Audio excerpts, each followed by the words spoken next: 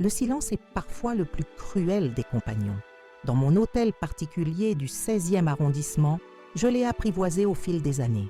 Après 40 ans comme juge au tribunal de Lyon, j'ai développé cette capacité à observer sans être vu, à écouter sans réagir. Cette discipline m'a sauvé plus d'une fois, mais jamais je n'aurais imaginé qu'elle me sauverait de ma propre famille. Je m'appelle Colette Beaumont. À 65 ans, j'incarne cette élégance discrète que Paris impose naturellement à ses habitantes de longue date. Mes cheveux gris, parfaitement coiffés, mes tailleurs clairs, mes perles au cou, tout en moi respire cette assurance tranquille d'une femme qui a traversé les tempêtes sans jamais perdre sa dignité. Ce matin d'avril restera gravé dans ma mémoire. Le soleil filtrait à travers les rideaux de soie du salon, créant ces motifs dansants sur le parquet ancien que Gustave aimait tant pourchasser. Gustave, mon berger allemand de 10 ans, le seul être qui ne m'ait jamais trahi. J'étais en train de déguster mon thé Earl Grey, feuilletant distraitement le dernier rapport de mes investissements, quand mon téléphone a sonné. Antoine, mon fils unique. Sa photo est apparue sur l'écran. Ce portrait où il sourit avec cette confiance excessive qui a toujours été sa signature. J'ai hésité une seconde avant de répondre. Quelque chose dans l'heure de son appel, 8h37 du matin, m'inquiétait déjà. Antoine n'a jamais été matinal. Maman, sa voix était étrange, tendue. Ton chien est mort, ce bâton. La brutalité de l'annonce m'a figé. Pas de préambule, pas de précaution, juste ces mots lancés comme des pierres. Je n'ai pas immédiatement compris cette référence au bâton. Plus tard, j'apprendrai qu'il parlait du bâton que Gustave adorait rapporter lors de nos promenades au jardin du Luxembourg. Comment ça, mort? Je l'ai vu il y a à peine 1 heure. Il allait parfaitement bien. Ai-je répondu, ma voix restant contrôlée malgré le tremblement qui commençait à envahir mes mains. Je suis passé tôt ce matin pour récupérer ces documents que tu devais signer. Il était dans le jardin, allongé près de la fontaine, complètement raide. J'ai appelé immédiatement le vétérinaire qui l'a emmené. Probablement une crise cardiaque, il était vieux après tout. Vieux? Gustave avait 10 ans, en parfaite santé selon sa dernière visite chez le vétérinaire 3 semaines auparavant. Et quel document? Je n'avais aucun souvenir d'avoir promis de signer quoi que ce soit. Surtout, Antoine possédait bien les clés de la maison. Mais pourquoi serait-il venu si tôt sans me prévenir? Je dois y aller, j'ai une réunion importante. Isabelle passera plus tard pour t'aider à ranger ses affaires. Il a raccroché avant que je puisse poser la moindre question. Je suis restée immobile, la tasse de thé refroidissant entre mes doigts. Quelque chose ne collait pas. Après 40 ans à interroger des témoins, à détecter les incohérences dans les dépositions, mon instinct judiciaire s'est réveillé. J'ai posé ma tasse et je me suis dirigée vers le jardin. Le soleil illuminait désormais pleinement la fontaine en pierre que mon défunt mari avait fait installer pour notre 20e anniversaire de mariage. Pas de traces de Gustave, bien sûr. Pas de traces de lutte non plus. Mais en m'approchant du bol d'eau de Gustave, j'ai remarqué quelque chose d'inhabituel. Une légère pellicule blanchâtre à la surface. J'ai sorti mon téléphone et j'ai pris plusieurs photos, puis j'ai transvasé délicatement une partie de l'eau dans un flacon en verre que j'ai rangé dans mon secrétaire. Un étrange pressentiment s'est emparé de moi. J'ai appelé Victor Laporte, le vétérinaire qui s'occupait de Gustave depuis toujours. Sa secrétaire semblait surprise par mon appel. Non, aucun chien n'avait été amené ce matin. Non, le docteur Laporte n'avait reçu aucun appel concernant un berger allemand décédé. Une sueur froide a parcouru mon dos. Si Antoine avait menti sur le vétérinaire, qu'est-ce qui était vrai dans son histoire? Où était Gustave? Était-il vraiment mort? J'ai passé l'heure suivante à appeler tous les vétérinaires dans un rayon de 3 km. Rien. Puis j'ai contacté Mathilde Beaumont, ma plus ancienne amie et vétérinaire à la retraite. Sa voix chaude a immédiatement apaisé mon angoisse grandissante. « Colette, calme-toi. Je serai là dans 23 minutes. Ne touche plus à rien. » En attendant son arrivée, je me suis assise dans mon fauteuil préféré, celui qui fait face à la bibliothèque remplie d'ouvrages juridiques et de romans policiers que j'ai collectionnés au fil des années. Mon esprit analysait méthodiquement les événements. Antoine n'était pas particulièrement attaché à Gustave. En fait, il se plaignait souvent que je consacre trop d'attention et de ressources à ce chien. Isabelle, ma belle-fille, le détestait ouvertement depuis que Gustave avait ruiné ses escarpins loup-boutin en les utilisant comme jouets. Mes yeux se sont posés sur le tiroir de mon secrétaire où je gardais mon testament. L'avais-je fermé à clé la dernière fois? Je n'en étais plus certaine. 3 mois auparavant, j'avais modifié mes dernières volontés. Une partie significative de ma fortune, constituée d'investissements immobiliers et d'œuvres d'art, serait désormais consacrée à la création d'une fondation pour la protection des animaux abandonnés. La Fondation Gustave. Antoine et Isabelle n'étaient pas au courant de ce changement. Du moins, je le pensais. La sonnette a retenti. Mathilde est entrée, son sac médical à la main, ses yeux gris me scrutant avec inquiétude. Sans dire un mot, je l'ai conduite jusqu'au jardin et lui ai montré le bol d'eau. « Tu as bien fait de m'appeler », a-t-elle murmuré après avoir prélevé un échantillon. « Je connais un laboratoire discret qui pourra nous dire ce qu'il y a là-dedans avant la fin de la journée. » Nous sommes revenus au salon où j'ai enfin pu lui raconter l'étrange appel d'Antoine. Son visage s'est assombri au fur et à mesure de mon récit. « Colette, tu te souviens de cette affaire que tu as jugée il y a 15 ans, celle du notaire qui avait falsifié le testament de sa cliente pour déshériter les œuvres caritatives qu'elle soutenait? Bien sûr que je m'en souvenais. Un cas classique de cupidité. J'avais condamné cet homme à 5 ans de prison ferme. Je crois que tu devrais vérifier ton testament, a continué Mathilde, et contacter discrètement ton avocat. Son regard inquiet croisait le mien. Nous pensions à la même chose. Si quelqu'un avait voulu se débarrasser de Gustave, ce n'était probablement pas par simple méchanceté. J'ai appelé Pierre Thibault, mon avocat et administrateur de confiance. Sa secrétaire m'a informé qu'il était en réunion toute la matinée. J'ai laissé un message urgent. Pendant ce temps, Mathilde examinait méticuleusement le jardin. Elle a fini par découvrir quelque chose près de la haie de buis qui séparait mon jardin de celui des voisins. Des traces de pas qui n'appartenaient ni à Antoine, avec ses chaussures italiennes sur mesure, ni à Gustave. Quelqu'un d'autre est venu ici, a-t-elle murmuré. C'est à ce moment précis que j'ai pris ma décision. Si mon fils me mentait, si quelqu'un avait fait du mal à Gustave, j'allais découvrir la vérité. J'allais mener l'enquête la plus importante de ma carrière, celle qui concernait ma propre famille. J'ai pensé à Jacques Moreau, mon voisin, ancien inspecteur de police. Il m'avait toujours dit que si j'avais besoin d'aide un jour, sa porte serait ouverte. Ce jour était arrivé. Je ne savais pas encore que cette enquête révélerait un complot bien plus complexe que je ne pouvais l'imaginer, que derrière la disparition de Gustave se cachait un secret familial qui remontait à 15 ans, que ma vie tranquille d'ancienne juge retraitée allait basculer dans un labyrinthe de trahisons et de mensonges. La seule chose dont j'étais certaine, c'est que j'allais retrouver Gustave, mort ou vif, et que les responsables paieraient, quelle que soit leur identité, même s'il s'agissait de mon propre fils. Je me suis levée, j'ai lissé mon tailleur beige et j'ai attaché mon collier de perles, mon armure pour affronter les batailles. J'allais avoir besoin de toute ma force et de toute mon intelligence pour ce qui m'attendait. La porte de Jacques s'est ouverte avant même que je ne frappe, comme s'il m'attendait. À 70 ans, il conservait cette posture droite et ce regard perçant qui avait fait sa réputation à la brigade criminelle. « J'ai vu Mathilde arriver tout à l'heure », m'a-t-il dit en m'invitant à entrer. Rien de grave, j'espère. Son appartement était à l'image de l'homme, sobre, organisé, fonctionnel.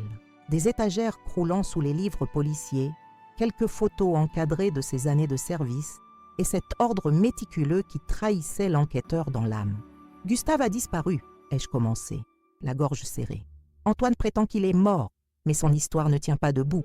J'ai tout raconté à Jacques, l'appel étrange, les mensonges évidents, le bol d'eau suspect. Il m'a écouté sans m'interrompre, prenant parfois quelques notes sur un petit carnet qu'il gardait toujours dans sa poche. « Tu as raison de t'inquiéter », a-t-il finalement déclaré. Même si Gustave avait succombé à une crise cardiaque subite, pourquoi Antoine t'aurait-il menti sur le vétérinaire? Et ces documents qu'il devait récupérer, tu es certaine de n'avoir jamais évoqué cela? Absolument certaine. Pierre, mon avocat, est le seul à gérer mes papiers importants. Antoine n'a aucune raison légitime de venir chercher des documents insignés. Jacques s'est levé pour préparer du café. Ses gestes précis et mesurés me rappelaient pourquoi ses collègues l'avaient surnommé l'horloger. Chaque mouvement avait un but, Rien n'était laissé au hasard. As-tu récemment modifié quelque chose dans tes affaires? Testament, placement, donation. J'ai hésité. Même s'il s'agissait de Jacques, parler de mes dispositions testamentaires me semblait délicat. Puis je me suis rappelé que la vérité était notre seul allié. J'ai modifié mon testament il y a 3 mois. Une part importante de ma fortune ira désormais à une fondation pour animaux abandonnés, la Fondation Gustave. Jacques a hoché la tête lentement. Et Antoine était au courant? Non. Du moins, je ne l'en ai pas informé. Mais s'il l'avait découvert, cela pourrait expliquer beaucoup de choses. Il m'a tendu une tasse de café. « Colette, je ne veux pas t'alarmer, mais il faut envisager le pire. Si Antoine a appris pour ce changement et qu'il a des problèmes financiers, il n'a pas terminé sa phrase. Il n'en avait pas besoin. Nous savions tous deux où menait ce raisonnement. Que suggères-tu » ai-je demandé, serrant la tasse entre mes mains pour dissimuler leur tremblement. D'abord, contacter tous les refuges et cliniques vétérinaires dans un rayon plus large. Si Gustave est quelque part, nous le trouverons. Il a fait une pause. Ensuite, il faudrait vérifier discrètement la situation financière d'Antoine et d'Isabelle. S'ils ont des dettes, cela renforcerait notre hypothèse. Comment procéder sans éveiller leurs soupçons? Jacques a souri. Ce sourire en coin qui avait fait avouer tant de criminels. Laisse-moi quelques heures. J'ai encore des contacts utiles. De retour chez moi, j'ai trouvé Mathilde au téléphone. Elle raccrochait tout juste. J'ai parlé au laboratoire. Ils pourront nous donner les résultats de l'analyse de l'eau demain matin au plus tard. Elle a posé sa main sur mon épaule. Je dois y aller maintenant, mais je reviendrai dès que j'aurai des nouvelles. En attendant, ferme bien toutes tes portes. Après son départ, j'ai parcouru ma maison comme une étrangère. Chaque recoin semblait soudain suspect, chaque ombre potentiellement menaçante. Je me suis surprise à chercher des indices de la présence de Gustave. Un poil sur le canapé, l'empreinte de sa patte sur le parquet fraîchement ciré. Une absence peut parfois peser plus lourd qu'une présence. Le téléphone a sonné, me faisant sursauter. C'était Pierre, mon avocat. « Colette, j'ai reçu ton message. Que se passe-t-il » Sa voix posée m'a immédiatement rassurée. Pierre Thibault avait cette capacité rare de transmettre la confiance par sa seule intonation. À 45 ans, il gérait mes affaires depuis la mort de mon mari, avec une honnêteté et une compétence irréprochables. « Pierre, je voudrais vérifier que mon testament est en sécurité. Et surtout, savoir si quelqu'un a tenté d'y accéder récemment. » Un silence. Je pouvais presque entendre les rouages de son cerveau s'activer. « C'est curieux que tu mentionnes cela, » a-t-il finalement répondu. Antoine m'a contacté la semaine dernière. Il souhaitait discuter de l'avenir financier de la famille. J'ai bien sûr refusé de lui communiquer quoi que ce soit sans ton autorisation explicite. Mon cœur s'est serré. Ainsi, Antoine avait bien tenté d'obtenir des informations sur mon testament. « Pierre, je crois que nous devons nous voir rapidement. Quelque chose d'inquiétant se produit. Nous avons convenu d'un rendez-vous pour le lendemain matin. » En raccrochant, j'ai remarqué un mouvement dans le jardin. Une silhouette se glissait le long de la haie, trop petite pour être Antoine, trop agile pour être Isabelle. J'ai attrapé mon téléphone pour appeler Jacques, mais la silhouette avait disparu. La journée s'est étirée interminablement. J'ai vérifié 3 fois chaque serrure, chaque fenêtre. La nuit tombée, j'ai monté l'escalier menant à ma chambre, le cœur lourd. L'absence des pas de Gustave, me suivant fidèlement, résonnait comme un tambour funèbre. Je me suis réveillée en sursaut. 3h24 du matin. Un bruit léger venait du rez-de-chaussée, comme un frottement contre une porte. J'ai retenu mon souffle, tous mes sens en alerte. Le parquet a craqué. Quelqu'un était dans la maison. Avec une lenteur calculée, j'ai ouvert le tiroir de ma table de nuit et saisi le petit revolver que mon mari m'avait appris à utiliser. Je ne l'avais jamais sorti depuis sa mort, mais je n'avais rien oublié. Le couloir était plongé dans l'obscurité. Je me suis avancée silencieusement, guidée par ce 6e sens que développent les juges d'instruction confrontés au danger. Les bruits venaient de mon bureau. La porte était entr'ouverte, laissant filtrer un mince faisceau de lumière. J'ai poussé doucement la porte, l'arme pointée devant moi. Une silhouette se tenait penchée sur mon secrétaire, fouillant les tiroirs. « Ne bougez pas », ai-je ordonné d'une voix que je voulais ferme malgré la peur qui me nouait l'estomac. La silhouette s'est figée, puis s'est lentement retournée. Sous la faible lueur de la lampe torche posée sur le bureau, j'ai reconnu Sophie Lemaire. la jeune femme que j'employais occasionnellement pour promener Gustave. « Madame Dufresne, je peux tout expliquer » a-t-elle murmuré, les mains levées. « J'espère bien. Commencez par me dire où est Gustave. » Ses yeux se sont écarquillés. « Vous ne savez pas? Je pensais que... Oh mon Dieu, alors c'est vrai. Qu'est-ce qui est vrai? Parlez, Sophie !» Elle a jeté un regard nerveux vers la fenêtre. « Pas ici. C'est trop dangereux. Retrouvez-moi demain à 10h au café Les Deux Magots, table du fond, et venez seule, je vous en supplie. » Avant que je ne puisse réagir, elle s'est précipitée vers la fenêtre entr'ouverte et a disparu dans la nuit. J'aurais pu tirer, mais quelque chose dans son regard m'en avait empêché. La peur que j'y avais lue n'était pas celle d'une cambrioleur prise sur le fait. C'était une terreur plus profonde. Le matin suivant, j'ai appelé Jacques pour lui raconter l'incident. Sa réaction m'a surprise. « N'y va pas seule. C'est peut-être un piège. Sophie n'est qu'une étudiante qui promène des chiens pour payer ses études. Quel danger pourrait-elle représenter? Colette, dans cette affaire, nous ne pouvons faire confiance à personne, pas même à une jeune fille au visage d'ange. » Malgré ses protestations, j'ai décidé de me rendre au rendez-vous. Avant cela, j'ai rencontré Pierre dans son cabinet feutré au cœur du 8e arrondissement. Son bureau, surplombant l'avenue des Champs-Élysées, respirait le luxe discret et la respectabilité. « J'ai vérifié ton testament », m'a-t-il annoncé après les politesses d'usage. « Il est intact et en sécurité dans notre coffre. Mais j'ai découvert quelque chose d'inquiétant. » Il a ouvert un dossier. Antoine a contracté plusieurs prêts importants ces 2 dernières années. Des sommes considérables investies dans des projets immobiliers à haut risque. D'après mes sources, ces investissements se sont effondrés le mois dernier. Tu veux dire qu'il est ruiné? Pas encore. Mais il est au bord du gouffre.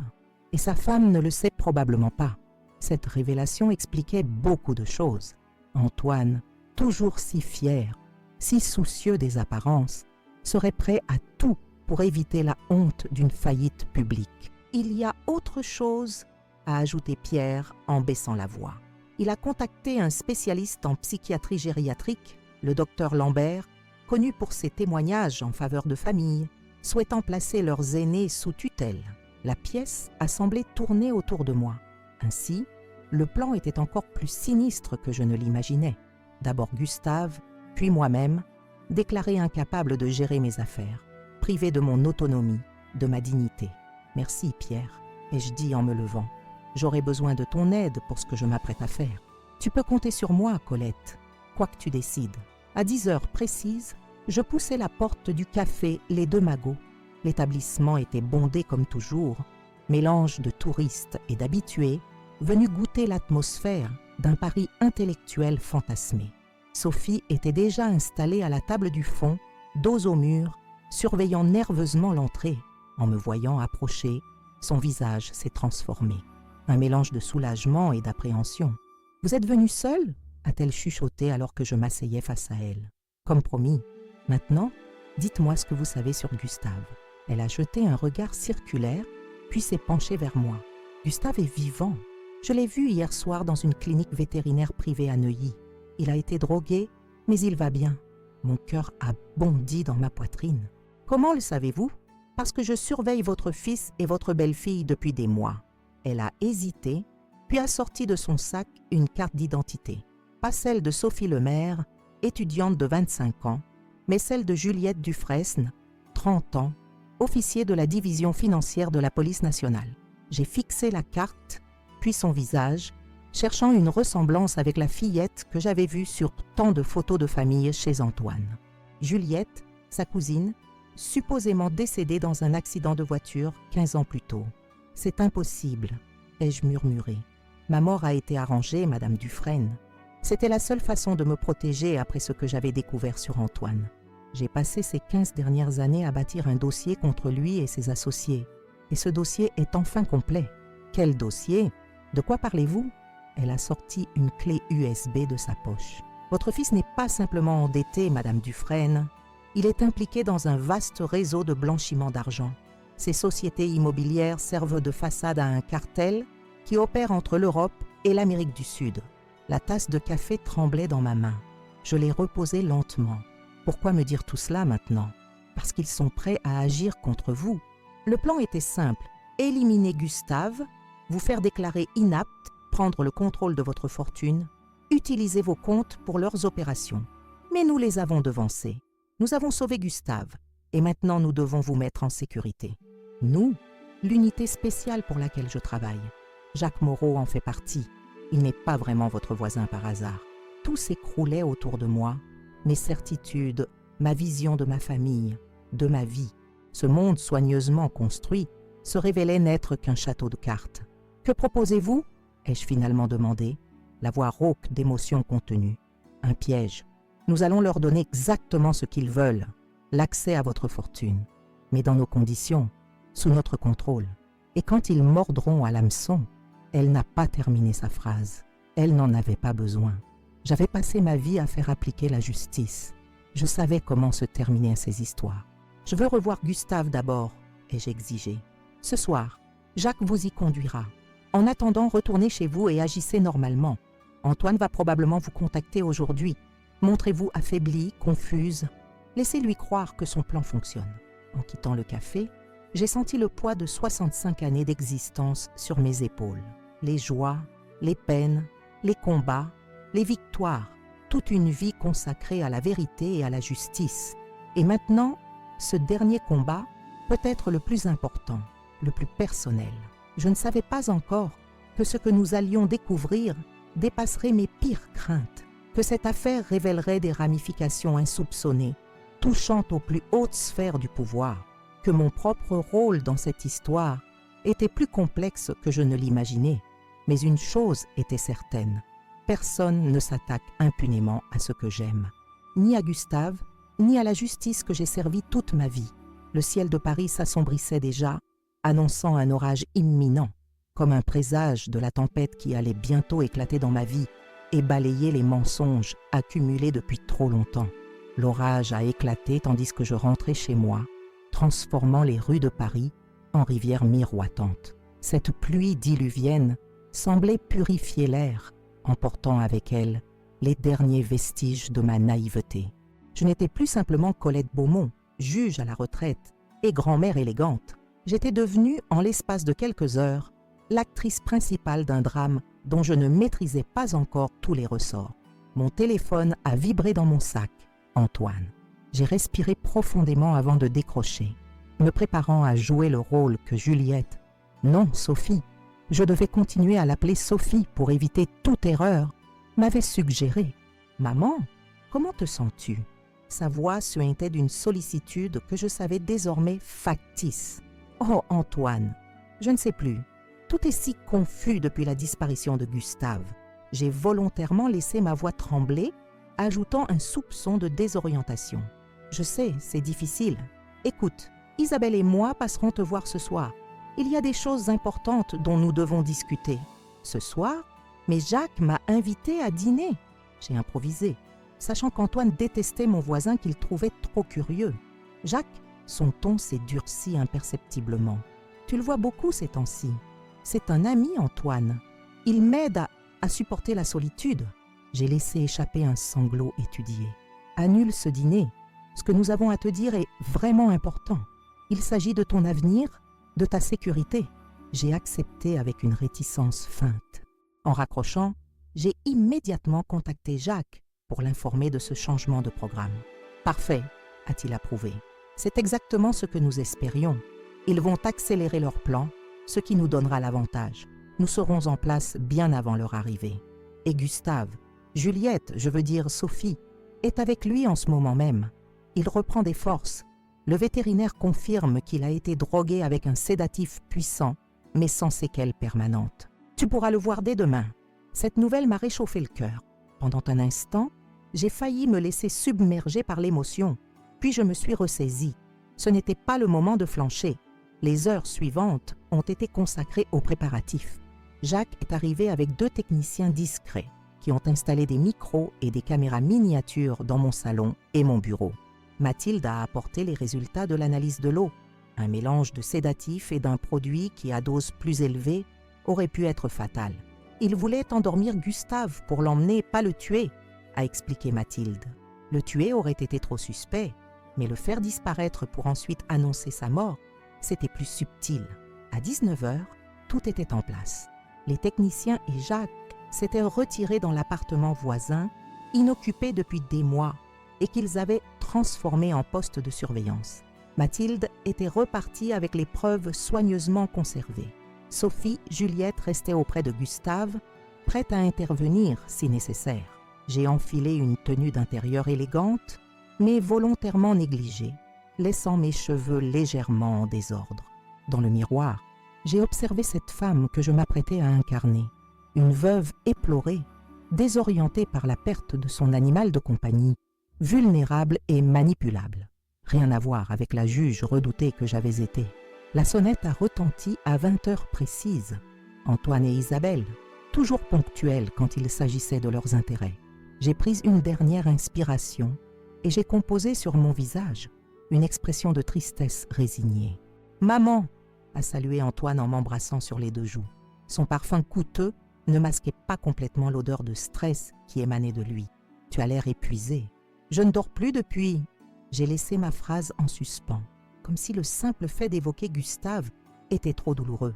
Isabelle est entrée à son tour, impeccable dans son tailleur Chanel, ses talons hauts claquant sur le parquet avec une assurance que je lui enviais presque. Elle m'a tendu une boîte de chocolat fin, mes préférés.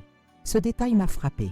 Ils avaient vraiment tout préparé. « Nous t'avons apporté quelque chose qui te fera du bien », a-t-elle dit avec ce sourire qui n'atteignait jamais ses yeux. Nous nous sommes installés au salon. J'ai délibérément choisi le fauteuil le moins confortable, celui qui me forcerait à me tenir légèrement voûté. Antoine et Isabelle ont pris place sur le canapé, formant un front uni face à moi. « Maman, nous sommes inquiets pour toi », a commencé Antoine. « Depuis le décès de papa, et maintenant avec Gustave, tu es seule dans cette grande maison. Ce n'est pas sain. » J'ai hoché faiblement la tête, les yeux baissés sur mes mains que je tordais nerveusement. « Nous avons beaucoup réfléchi », a poursuivi Isabelle, « et nous pensons qu'il serait préférable que tu emménages dans une résidence spécialisée, un endroit où tu serais entourée, où on prendrait soin de toi. »« Une maison de retraite ?» ai-je murmuré, injectant dans ma voix la juste dose d'indignation et de peur. « Non, pas du tout », s'est empressé de corriger Antoine. « Une résidence de standing pour personnes autonomes, comme un hôtel de luxe, avec des services médicaux. Tu y serais comme une reine. Mais ma maison, toutes mes affaires, Antoine et Isabelle ont échangé un regard, si bref que je l'aurais manqué si je n'avais pas été à l'affût du moindre signe. Nous pourrions la vendre, a suggéré Antoine avec une désinvolture étudiée. Le marché immobilier est excellent en ce moment. Avec le produit de la vente, tu pourrais t'offrir la meilleure suite de la résidence et avoir encore largement de quoi vivre confortablement. Je ne sais pas, j'ai feint l'hésitation. C'est si soudain. Et puis, il y a tous ces papiers, ces investissements que votre père gérait. Je ne m'y retrouve plus. C'était l'ouverture qu'ils attendaient. Antoine s'est penché en avant, ses yeux brillants d'une convoitise qu'il ne prenait même plus la peine de dissimuler. « Justement, maman, nous avons parlé à un conseiller financier. Il serait plus simple que je prenne en charge la gestion de tes affaires. Une procuration générale, rien de plus, pour te soulager de ces tracas administratifs. » J'ai laissé le silence s'installer, comme si je pesais sincèrement cette proposition. En réalité, j'écoutais le léger bourdonnement des micros dissimulés dans la pièce, imaginant Jacques et son équipe enregistrant chaque mot, chaque inflexion révélatrice. Et si je refuse, ai-je finalement demandé, les yeux toujours baissés. La température de la pièce a semblé chuter de plusieurs degrés.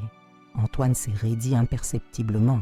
Isabelle a repris la parole, sa voix doucereuse masquant à peine la menace sous-jacente. « Colette, nous nous inquiétons vraiment pour ta santé mentale.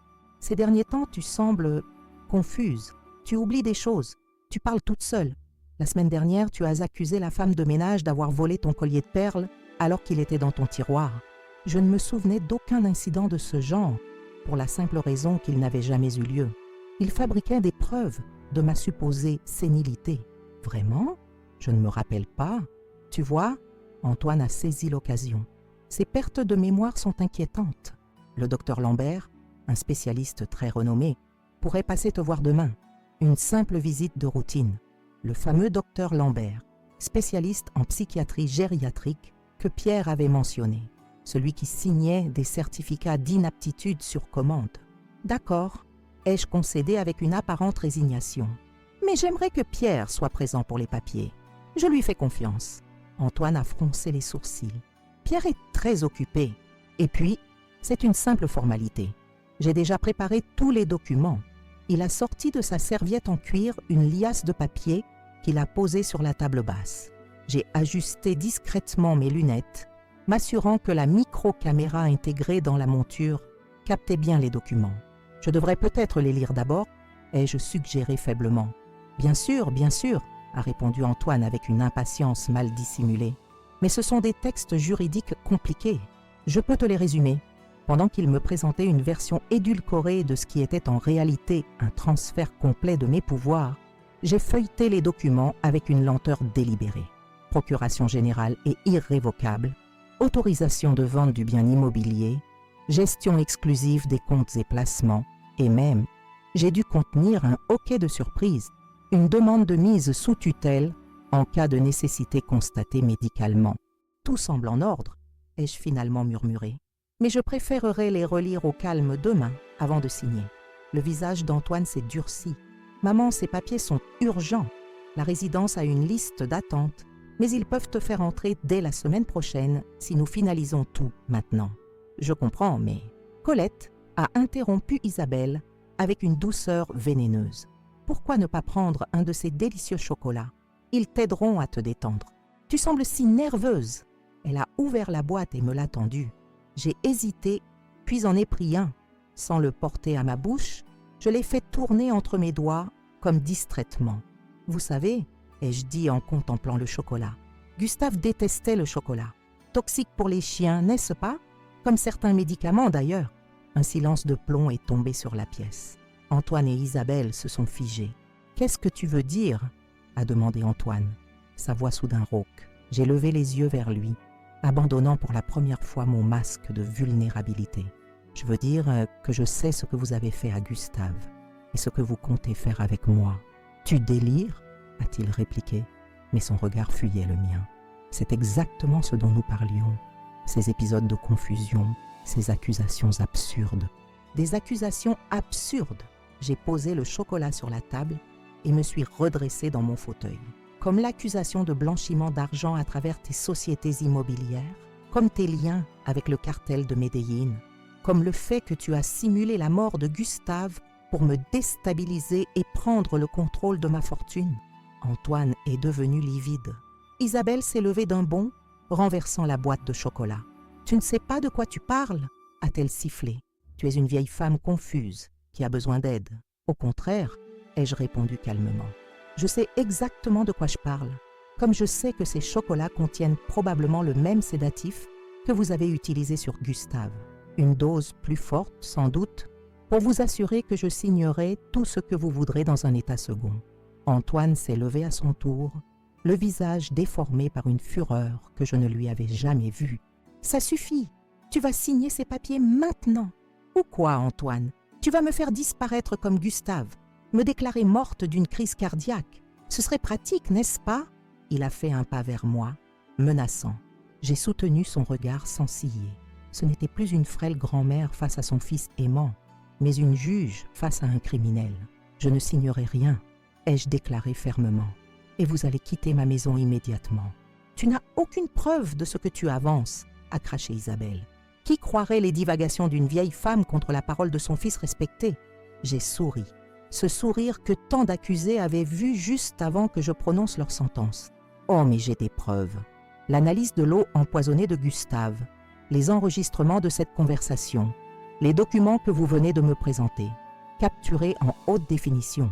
Et bien sûr, le témoignage de Gustave lui-même, très vivant, je vous assure. » Le visage d'Antoine s'est décomposé, passant de la colère à l'incrédulité, puis à la peur. « Tu bluffes. » Pour toute réponse, j'ai levé légèrement la main.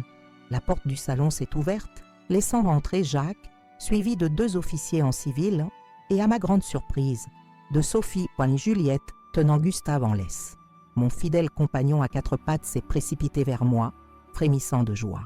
Je l'ai serré contre moi, laissant enfin couler les larmes que j'avais retenues si longtemps. « Antoine Dufresne, » a déclaré Jacques en présentant sa carte officielle. « Vous êtes en état d'arrestation pour tentative de fraude, maltraitance envers une personne vulnérable cruauté envers les animaux et complicité dans une opération de blanchiment d'argent, tandis que les officiers menottaient un Antoine stupéfait et une Isabelle hystérique. Sophie s'est approchée de moi, un sourire énigmatique aux lèvres. « Bien joué, Madame Dufresne, ou devrais-je dire Colette Beaumont ?» Son regard contenait une question muette que je n'étais pas encore prête à aborder, car au-delà de la trahison d'Antoine, au-delà du complot que nous venions de déjouer, se cachait un secret bien plus ancien, bien plus profond, un secret qui remontait à 15 ans, quand une jeune fille nommée Juliette avait découvert quelque chose qu'elle n'aurait jamais dû voir, un secret qui m'avait poussé, moi, Colette Beaumont, à sortir de ma retraite et à endosser un rôle que je croyais avoir abandonné à jamais. Mais cela, c'était une autre histoire, une histoire qui attendrait que la poussière retombe, que les premières explications soient données, que les premiers comptes soient réglés. Pour l'heure, je me contentais de serrer Gustave contre moi, savourant cette première victoire dans une guerre dont la véritable ampleur commençait à peine à se dessiner. La nuit qui a suivi l'arrestation d'Antoine et d'Isabelle a été étrangement calme. Assise dans mon salon, Gustave paisiblement endormi à mes pieds, j'observais la pluie qui continuait de tomber sur Paris, nettoyant les rues comme pour effacer les événements de la journée. Les agents étaient repartis, emportant avec eux les preuves et les enregistrements. Jacques était resté un moment, puis s'était éclipsé discrètement, me promettant de revenir le lendemain pour tout m'expliquer.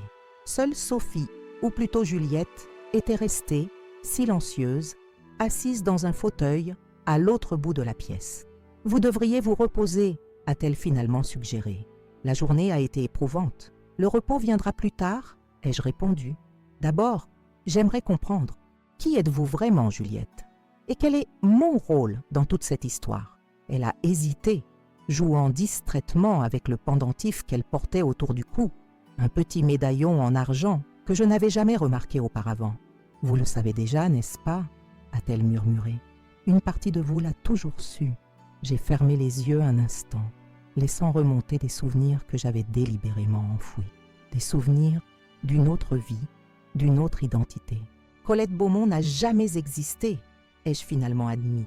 Du moins, pas comme la personne que tout le monde croit connaître. J'étais Claudine Mertens, a complété Juliette, chef de l'unité spéciale Cassiopée, spécialisée dans l'infiltration des réseaux criminels financiers. Disparue officiellement il y a 20 ans lors d'une opération à Marseille. Ma mentor, le nom résonnait étrangement à mes oreilles, comme un écho lointain d'une personne que j'avais été mais que j'avais presque oubliée. Claudine Mertens, pas juge, mais agent d'élite, pas veuve d'un paisible professeur de droit, mais d'un collègue tombé au combat. Comment avez-vous découvert mon identité? Juliette s'est levée pour se rapprocher, s'asseyant sur le canapé à côté de moi. Je ne l'ai pas découverte, je l'ai toujours su. Mon père, mon vrai père, pas Antoine, était votre partenaire avant sa mort, François Lenoir. Le nom m'a frappé comme un coup de poing. François, mon équipier pendant 10 ans, mon meilleur ami, mort dans mes bras lors de cette fameuse opération à Marseille, qui avait officiellement coûté la vie à Claudine Mertens également. François avait une fille, ai-je murmuré, les souvenirs affluant soudain. Une petite fille de 5 ans, mais elle s'appelait Marie, a complété Juliette avec un sourire triste. Marie Lenoir, j'ai changé d'identité en même temps que vous. Plusieurs fois, en fait. Mais comment? Après la mort de mon père et votre supposée disparition, j'ai été placée dans le programme de protection des témoins. J'ai grandi sous différentes identités, différents noms. À 18 ans, j'ai décidé de suivre vos traces. Je suis entrée dans la police, puis dans les services spéciaux, et j'ai commencé à vous chercher. Pourquoi? Son regard s'est durci. Parce que l'opération qui a tué mon père n'était pas un accident. C'était un piège, et la personne qui l'a tendu est toujours en liberté. Un frisson m'a parcouru. Des images que j'avais passé 20 ans à refouler ont resurgi brutalement. Les coups de feu dans l'entrepôt, le sang de François se répandant sur le sol en béton. Sa dernière demande, « Protège Marie, ils ne doivent jamais savoir. » Antoine, ai-je murmuré. Comment est-il lié à tout cela? Antoine Dufresne n'est pas un simple blanchisseur d'argent, a expliqué Juliette.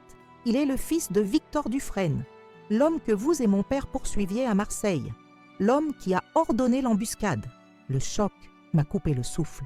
Victor Dufresne, le fantôme qui avait hanté mes nuits pendant des années avant que je n'enfouisse son souvenir dans les tréfonds de ma mémoire. Impossible, ai-je objecté. Victor Dufresne est mort dans l'explosion de son yacht 2 semaines après l'opération de Marseille. J'ai vu les rapports, des rapports falsifiés. Victor a simulé sa mort, comme vous avez simulé la vôtre.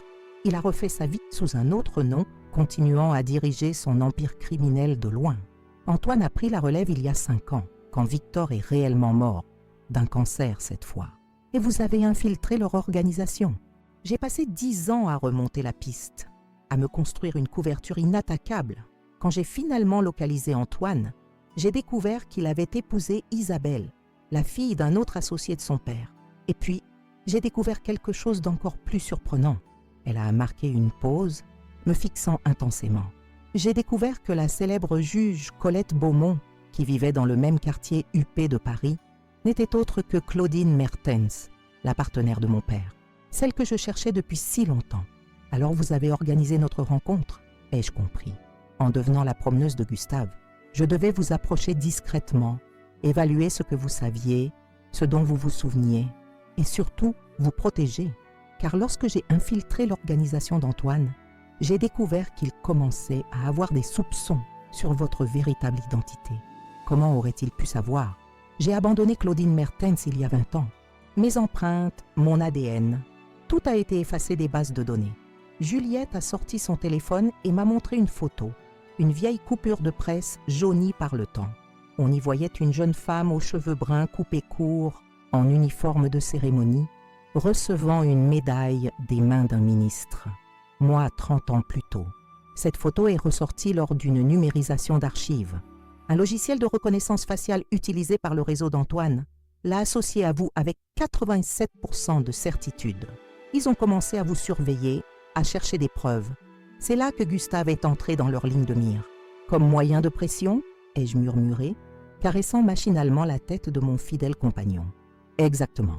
Leur plan était de vous déstabiliser émotionnellement, puis de vous faire interner pour avoir accès à vos papiers, vos comptes, dans l'espoir de trouver des preuves de votre ancienne identité. Et peut-être aussi les documents que vous auriez pu conserver sur leurs opérations. Des documents que je n'ai pas, ai-je précisé. Quand j'ai disparu, j'ai tout laissé derrière moi, y compris mes souvenirs, apparemment. Juliette a hoché la tête, compréhensive. Le cerveau a ses mécanismes de défense.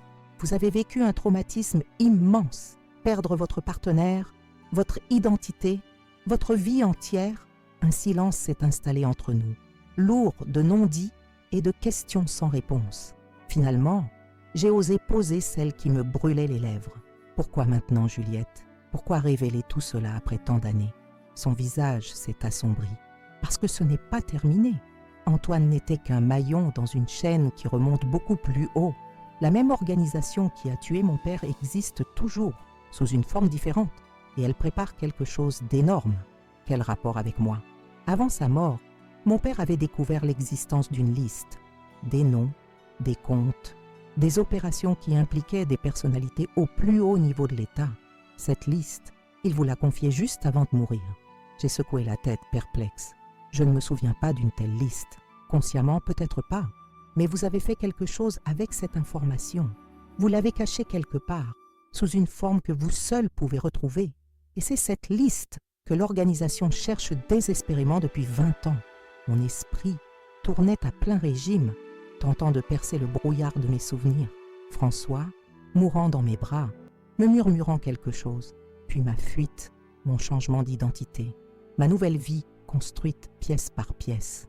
Le testament, ai-je soudain réalisé. Mon premier testament, celui que j'ai rédigé quand j'ai adopté l'identité de Colette Beaumont. Juliette s'est redressée, soudain attentive. Où est-il? Je l'ai confié à un notaire qui est mort depuis longtemps, Maître Rousseau. Il devait être transféré à son successeur, qui est Pierre Thibault, mon avocat actuel. Nos regards se sont croisés, la compréhension nous frappant simultanément. Pierre a ce testament depuis le début, a murmuré Juliette. Il doit contenir un indice, un code. Pas le testament lui-même, ai-je corrigé, les souvenirs affleurant par vagues. L'enveloppe scellée qui l'accompagnait, à n'ouvrir qu'en cas de décès de Colette Beaumont. Juliette a immédiatement sorti son téléphone pour appeler Jacques. Sa voix était tendue, urgente. « Il nous faut une protection pour Pierre Thibault, immédiatement, et une équipe chez lui pour sécuriser un document. » Mais elle s'est figée en écoutant la réponse. Son visage a pâli visiblement. « Quand ?» a-t-elle demandé, sa voix à peine audible. Elle a raccroché lentement, ses yeux fixés sur moi avec une expression qui m'a glacé le sang. Pierre a été agressé ce soir en sortant de son bureau. Une prétendue tentative de vol qui a mal tourné. Il est à l'hôpital dans un état critique. Je me suis levée d'un bond, réveillant Gustave qui a grogné de surprise. « Nous devons y aller. Maintenant. C'est trop dangereux », a objecté Juliette. « Ils savent que nous avons fait le lien. Ils vont surveiller l'hôpital. Justement, si je n'y vais pas, ils sauront que nous avons compris l'importance de Pierre. Ma place est à son chevet, comme n'importe quelle cliente inquiète. » Juliette a hésité, puis a hoché la tête à contre-cœur. « D'accord, mais pas seule. Je viens avec vous, et Jacques nous retrouvera là-bas avec une équipe de protection. » 30 minutes plus tard, nous franchissions les portes de l'hôpital Saint-Louis. L'unité de soins intensifs était plongée dans cette atmosphère particulière des hôpitaux de nuit. Un silence feutré ponctué de bips électroniques et de chuchotements de personnel médical. Pierre était là, immobile dans un lit entouré de machines. Son visage, d'ordinaire si expressif, était gonflé et méconnaissable. Un bandage entourait sa tête et un tube respiratoire déformait sa bouche. « 3 coups de couteau !» a murmuré le médecin qui nous avait accueillis. « 1 au thorax, 2 à l'abdomen. Il a perdu beaucoup de sang. Mais les organes vitaux ont été épargnés. C'est un miracle qu'il ait survécu jusqu'à l'hôpital. Un miracle ou une intention délibérée, ai-je pensé sans le dire. S'ils avaient voulu Pierre mort, ils le sauraient. Ils voulaient qu'il parle. Je me suis approchée du lit, prenant doucement la main inerte de Pierre dans la mienne. « Je suis là », ai-je murmuré. « Tenez bon ». Ses paupières ont frémi, comme s'il m'entendait à travers les brumes de la sédation. Ses doigts ont légèrement serré les miens. Un geste si faible que j'aurais pu l'imaginer. Juliette s'est positionnée près de la fenêtre, scrutant discrètement la rue en contrebas. « Voiture banalisée à 10 heures », a-t-elle murmuré. « Et un homme en civil à l'entrée des urgences. Ils sont déjà là. Combien de temps avant l'arrivée de Jacques ? 10 minutes, peut-être moins. » J'ai continué à tenir la main de Pierre, jouant le rôle de la cliente inquiète tout en réfléchissant intensément. Si l'enveloppe était avec le testament dans le coffre de Pierre, elle était probablement déjà entre leurs mains. Mais s'il l'avait cachée ailleurs, les doigts de Pierre ont bougé de nouveau dans ma main, traçant des formes que j'ai mis quelques secondes à identifier. Des lettres. Il essayait de me dire quelque chose. B-I-B-L-I-O-T-H-E-Q-U-E. Puis, avec un effort visible qui a fait s'accélérer les bips des moniteurs cardiaques, C-E-S-A-R. Bibliothèque César, ai-je répété intérieurement. Qu'est-ce que cela signifiait? Une bibliothèque publique? Un code? Le regard de Pierre s'est entrouvert brièvement, croisant le mien avec une intensité surprenante chez un homme si gravement blessé. Puis ses yeux se sont refermés et sa main est retombée, inerte. Son bureau? Ai-je soudain compris. Il a une bibliothèque ancienne dans son bureau. Et César, le chiffre de César, a complété Juliette. Un système de cryptage basique où chaque lettre est remplacée par une autre située plus loin dans l'alphabet. Nos regards se sont croisés, la même conclusion s'imposant à nous deux. L'enveloppe était cachée dans la bibliothèque du bureau de Pierre et son contenu était probablement crypté avec un système simple que j'aurais pu décoder même 20 ans après, même avec une mémoire altérée. Jacques s'est arrivé à ce moment-là, accompagné de 2 agents en civil. Son visage habituellement impassible trahissait une inquiétude rare. Les agresseurs de Pierre ont également cambriolé son bureau, nous a-t-il informé à voix basse. Ils ont vidé son coffre-fort, mais ils n'ont pas trouvé ce qu'ils cherchaient, ai-je répondu avec une certitude nouvelle. Nous devons nous rendre à son cabinet immédiatement. Trop risqué, a objecté Jacques. Ils pourraient surveiller l'endroit, attendant notre arrivée. Alors nous leur donnerons ce qu'ils attendent, a suggéré Juliette. Une diversion. Un plan s'est rapidement dessiné. Pendant que Jacques et un de ses agents m'escorteraient ostensiblement vers le cabinet de Pierre, attirant l'attention d'éventuels observateurs, Juliette et le second agent s'y introduiraient discrètement par l'entrée de service que Pierre m'avait montrée un jour. « Si nous trouvons l'enveloppe, a conclu Jacques, nous aurons enfin les preuves pour démanteler l'organisation entière, pas seulement ses exécutants comme Antoine.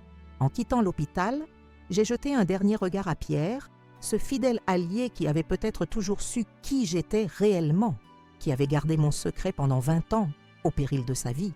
Nous reviendrons, lui ai-je promis silencieusement, et les responsables paieront, cette fois, pour François, pour vous, pour tous ceux qu'ils ont brisés. Dans la voiture qui nous emmenait vers le cabinet de Pierre, j'ai observé les lumières de Paris défiler, songeant à l'étrange destin qui avait fait de moi Colette Beaumont pendant si longtemps que j'avais presque oublié Claudine Mertens. Mais ce soir, les deux femmes se rejoignaient enfin, la juge et l'agent, la grand-mère et la combattante. Quelle que soit l'identité que je choisirais de conserver après cette nuit, une chose était certaine, je ne fuirai plus. J'affronterai le passé qui m'avait rattrapé et je terminerai ce que François et moi avions commencé 20 ans plus tôt. Le combat final approchait et cette fois, j'étais prête. Les rues de Paris défilaient comme des ombres mouvantes à travers la vitre teintée de la voiture. Le silence qui régnait dans l'habitacle était chargé de tension et d'anticipation. Jacques conduisait, son profil ciselé par les lueurs intermittentes des réverbères, ses yeux constamment en mouvement, scrutant les rétroviseurs pour détecter une éventuelle filature. « Nous sommes suivis », a-t-il finalement annoncé, sa voix calme, contrastant avec la gravité de ses paroles. « Berline noire, 2 occupants. Ils gardent leur distance, mais c'est bien nous qu'ils traquent. »« Parfait », ai-je répondu. C'est exactement ce que nous voulions. Le plan fonctionnait. Pendant que nous attirions l'attention des observateurs, Juliette et l'agent qui l'accompagnait auraient le champ libre pour s'introduire dans le cabinet de Pierre par l'entrée dérobée. Cette vieille tactique de diversion, je l'avais utilisée des dizaines de fois dans ma vie antérieure. Claudine Mertens ressurgissait dans chacun de mes réflexes, chacune de mes décisions. Au prochain carrefour, prenez à droite puis immédiatement à gauche, ai-je indiqué à Jacques. Nous allons leur offrir un petit tour de la capitale avant d'arriver à destination. Un mince sourire a étiré ses lèvres. Vous n'avez rien perdu de vos talents, à ce que je vois. Certaines choses ne s'oublient jamais, même quand on croit les avoir enterrées. Nous avons enchaîné plusieurs manœuvres pour confirmer la filature, sans jamais chercher à la semer. Nos poursuivants n'étaient pas particulièrement discrets, un signe qu'ils se sentaient suffisamment puissants pour ne pas craindre d'être repérés. Cette arrogance jouerait en notre faveur. Mon téléphone a vibré. Un message de Juliette. En position. Accès sécurisé. Procédons à la recherche. Ils sont entrés, ai-je informé Jacques. Il est temps pour nous de faire notre apparition officielle. Nous nous sommes dirigés vers le cabinet de Pierre, situé dans un immeuble haussmannien au cœur du 8e arrondissement.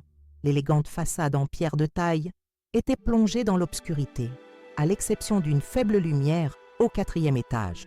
Le système de sécurité automatique qui simulait une présence en l'absence de Pierre. Jacques a garé la voiture ostensiblement devant l'entrée principale. Notre filature s'est immobilisée 100 mètres plus loin, leurs phares éteints, mais le moteur vrombissant doucement. « Il nous observe », a murmuré Jacques en m'ouvrant la portière. Jouons notre rôle jusqu'au bout. Nous avons pénétré dans l'immeuble, saluant le gardien de nuit qui avait été prévenu de notre arrivée. L'ascenseur nous a menés au 4e étage en silence. Devant la porte du cabinet, Jacques a sorti son arme, vérifiant qu'elle était chargée. « Restez derrière moi », a-t-il ordonné avant d'ouvrir la porte avec la clé de secours fournie par les services de police. L'intérieur du cabinet était plongé dans une semi-pénombre. Les traces du cambriolage étaient évidentes, tiroirs renversés, papiers éparpillés, le tableau dissimulant le coffre-fort arraché du mur. Mais les vandales avaient été sélectifs. La précieuse collection d'art de Pierre était intacte, tout comme son ordinateur. Il cherchait des documents spécifiques. « Par ici », ai-je chuchoté, me dirigeant vers le bureau personnel de Pierre, une pièce isolée au fond du cabinet. C'est là que se trouvait la bibliothèque dont il avait parlé. Une imposante structure en chêne couvrant tout un mur rempli d'ouvrages juridiques et de littérature classique. Pierre était un homme cultivé, un amoureux des livres anciens et des premières éditions. « César », ai-je murmuré, parcourant les étagères du regard. Qu'est-ce que cela signifie exactement ? J'ai repéré la section consacrée à l'Antiquité romaine.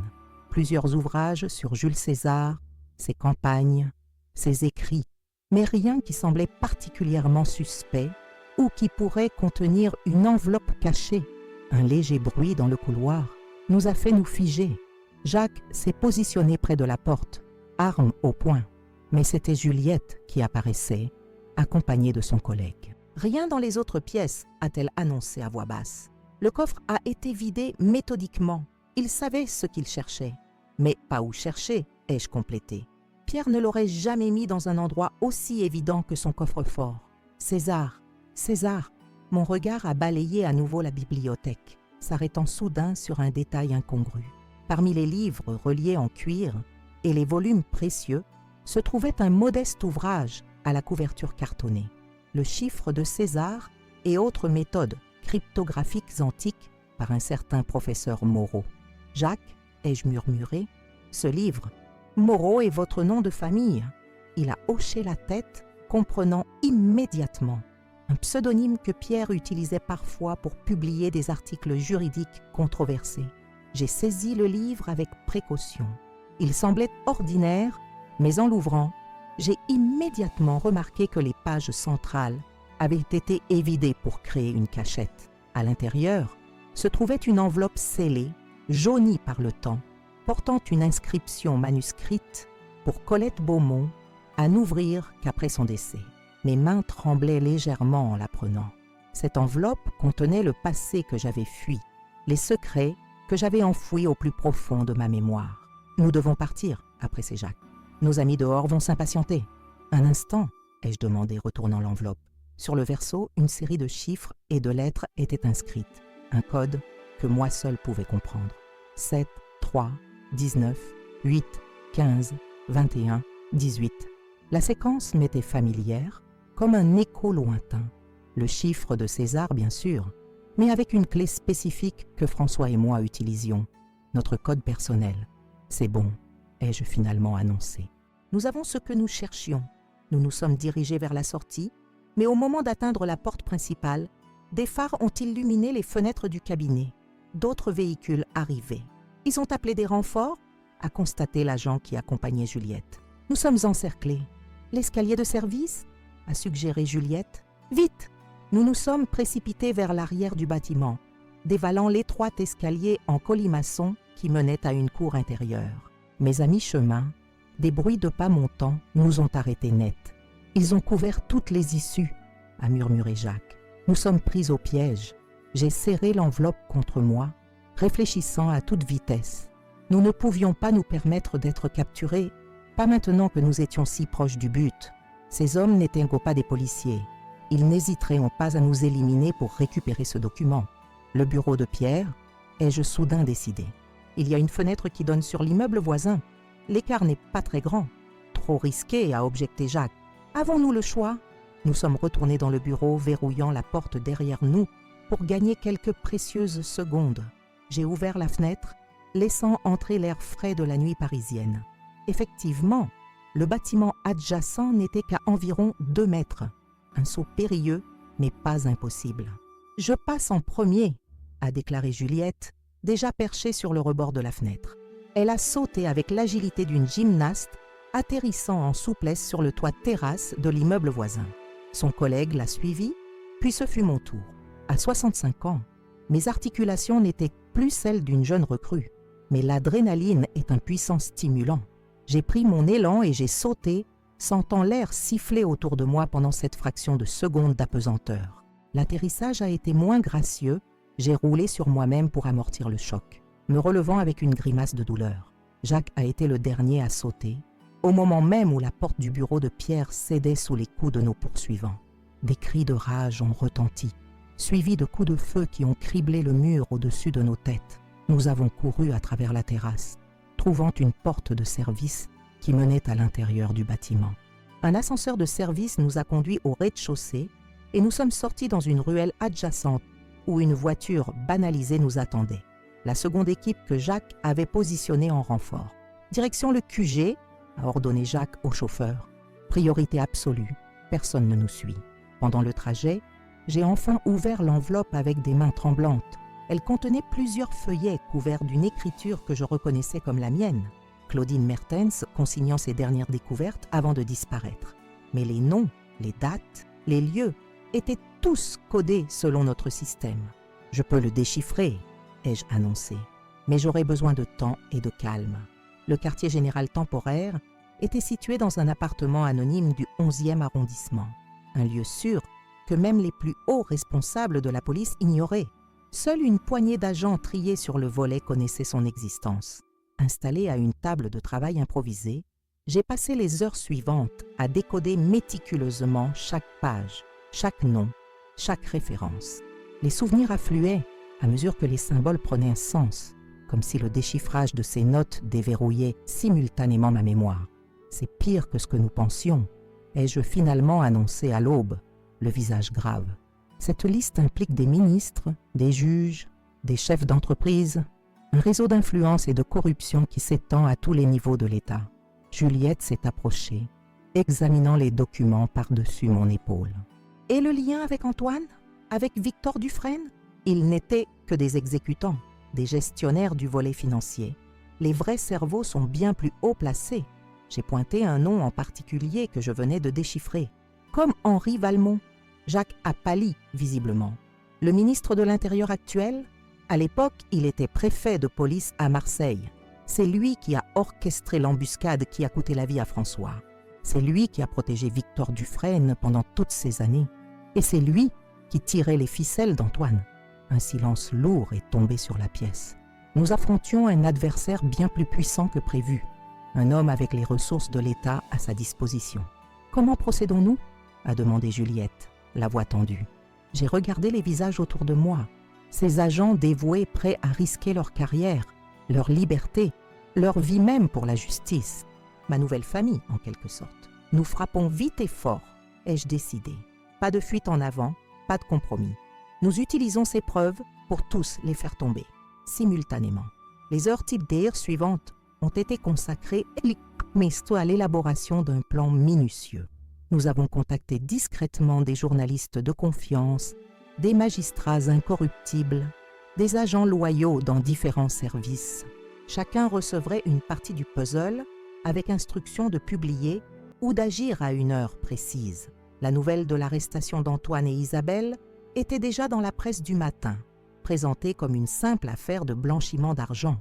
Personne ne soupçonnait encore l'ampleur réelle du scandale qui allait éclater. À midi, tout était prêt.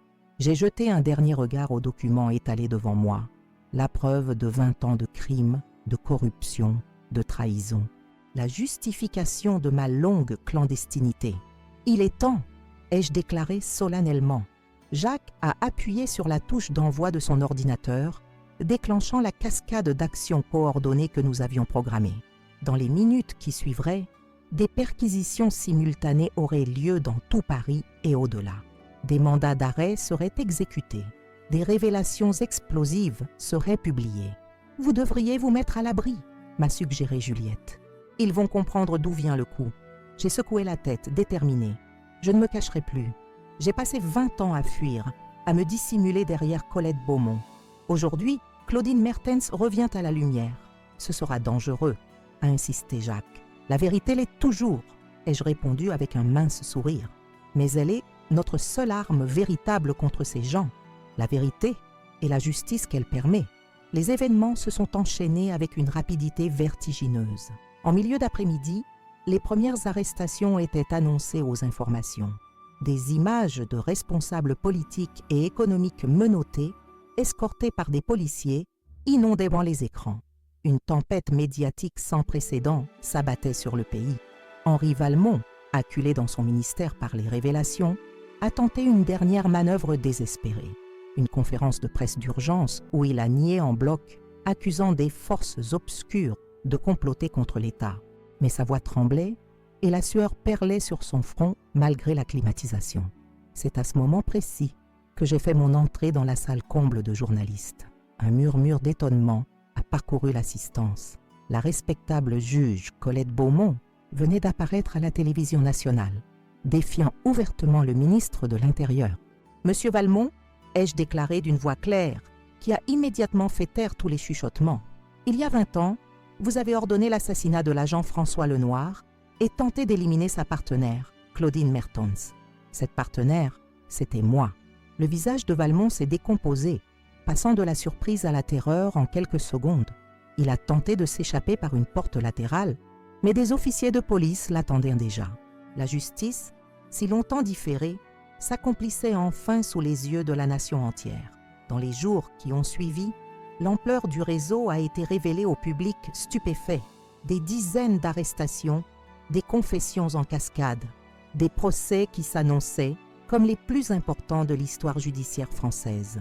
Pierre Thibault, se remettant lentement de ses blessures, a finalement pu me raconter comment il avait protégé mon secret toutes ces années, soupçonnant, sans jamais en être certain, que Colette Beaumont cachait une autre identité. Quant à Gustave, il est resté mon fidèle compagnon, apparemment indifférent au fait que sa maîtresse soit désormais connue sous un autre nom. Pour lui, j'étais simplement celle qui le nourrissait, le promenait et l'aimait. L'essentiel finalement.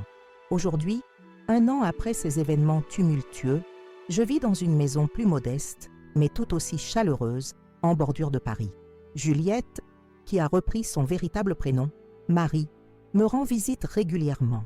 Nous rattrapons le temps perdu, reconstruisant ce lien familial que les circonstances nous avaient arraché. Je ne suis plus tout à fait Colette Beaumont, ni entièrement redevenue Claudine Mertens. Je suis quelque part entre les deux, une femme qui a connu plusieurs vies et qui, à 66 ans, a finalement trouvé une forme de paix. Parfois, quand je promène Gustave au jardin du Luxembourg, je croise d'anciens collègues ou voisins qui me regardent différemment désormais.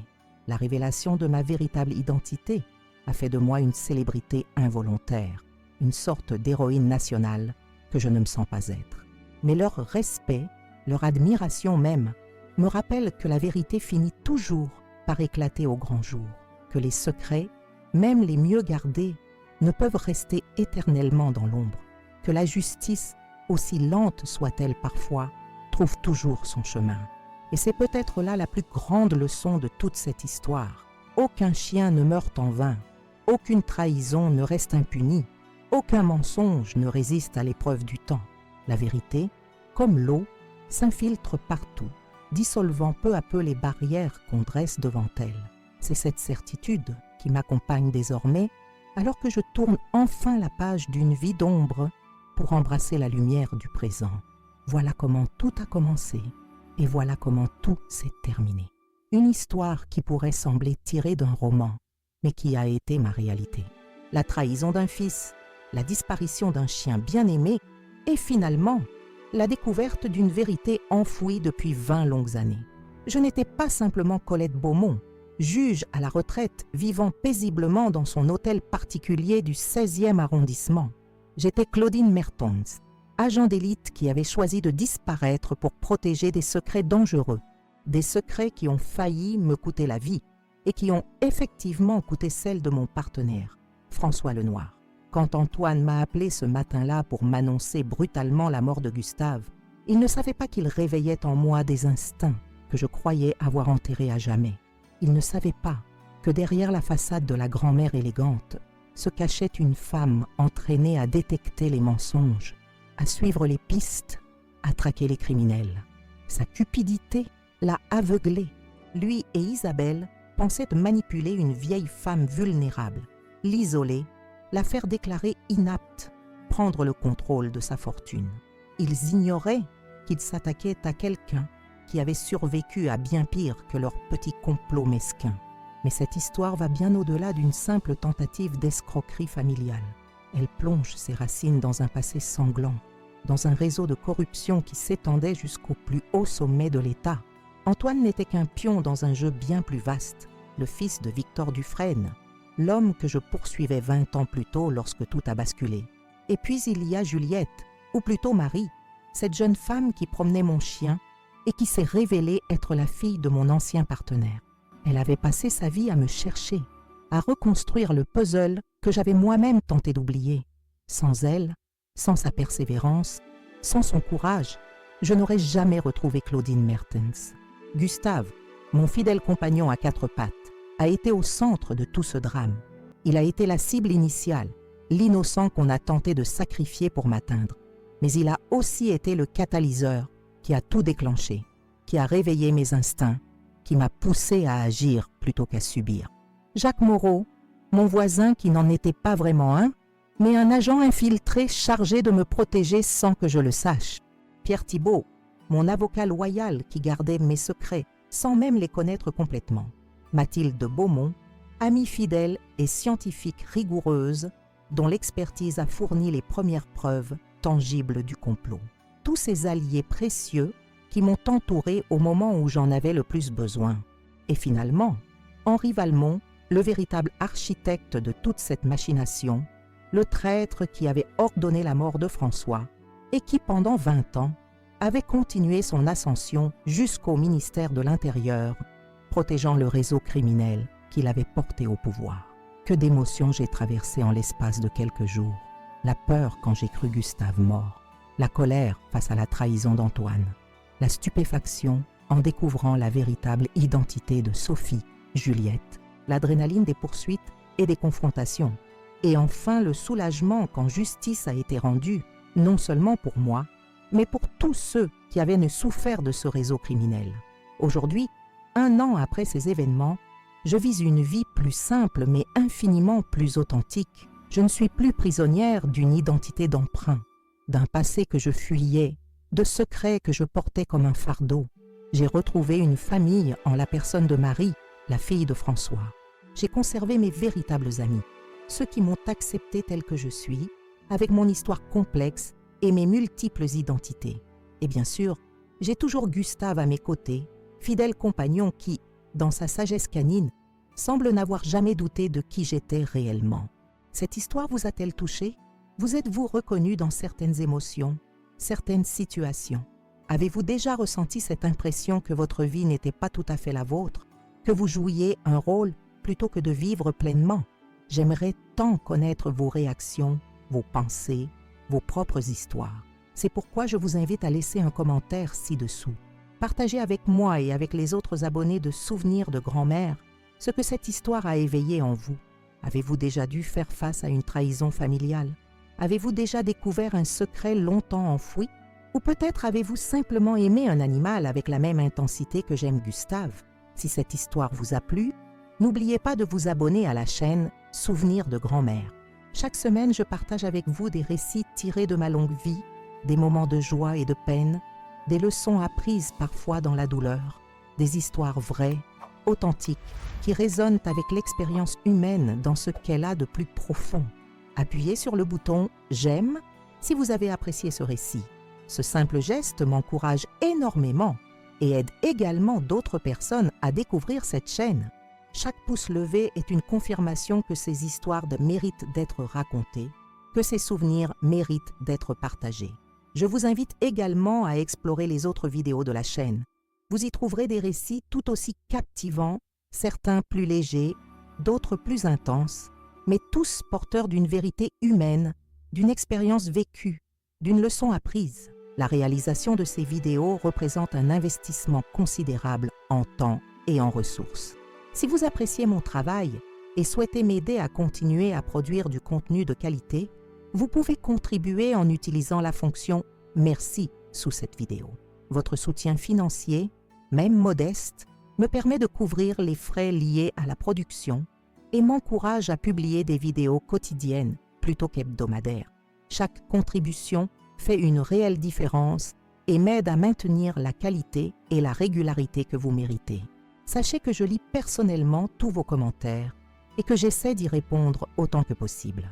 Vos retours, vos questions, vos encouragements sont le carburant qui alimente ma motivation à continuer de partager ces tranches de vie avec vous.